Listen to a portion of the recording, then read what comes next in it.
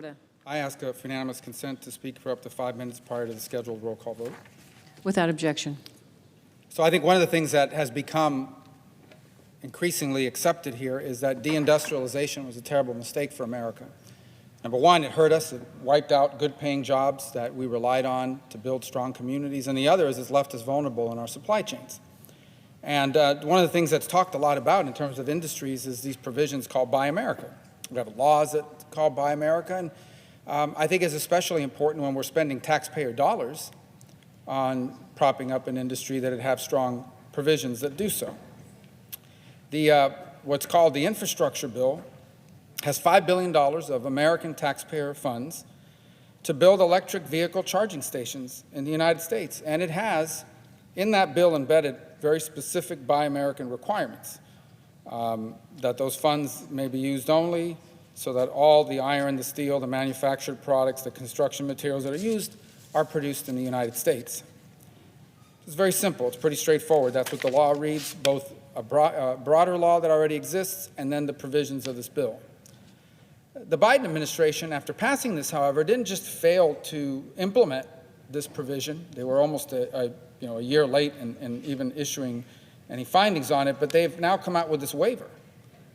A waiver of that Buy American requirement that allows foreign-made EV chargers, translation Chinese-made electric vehicle chargers, up until October of 2024. But there's more. They actually give the Federal Highway Administrator the ability to extend that deadline by 5 years. And so we are now facing, under this waiver they're requesting, the real prospect that significant portions of the $5 billion that are going to go to electric vehicle charging stations are going to be spent on Chinese companies. Taxpayer dollars. So we're either serious about restoring America's industrial capabilities or we're not. We should be especially serious about it when we're spending federal funds on it. Now, I've watched some of the debate, some of the things the administration's telling people, about how somehow this is going to be the opposite effect. There's this 1983 general regulation that they've written, waiver that they have in place.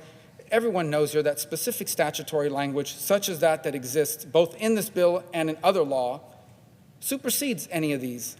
But the other is very simple. The administration, as they've done with a bunch of other regulations, can either amend it or get rid of this.